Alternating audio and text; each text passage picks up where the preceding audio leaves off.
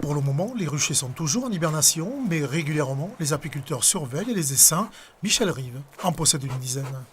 Lorsqu'il y a un redoux, que la température monte à 8-10 degrés, voire plus, là, elles en profitent pour sortir, pour faire un petit vol de propreté, on appelle ça, et nettoyer un petit peu leur ruche à ce moment-là. Donc nous, on peut voir si ça se passe bien, et éventuellement, si on a des doutes sur leur stock de miel, etc., on peut éventuellement leur donner un appoint en miel ou en sirop ou en candy. L'hiver, on donnera plutôt du candy, du candy.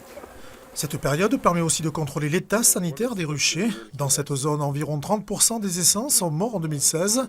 L'utilisation des pesticides en est une des causes, mais les spores et les acariens déciment aussi les abeilles. C'est souvent un problème de parasitose, un varroa, une espèce de petit pou, un acarien, qui affaiblit énormément la colonie.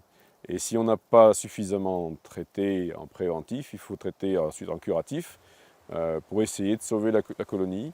Le GDSA, Groupement de défense sanitaire des abeilles, est une association qui regroupe 340 apiculteurs de l'Aveyron. Michel Rive en est le président.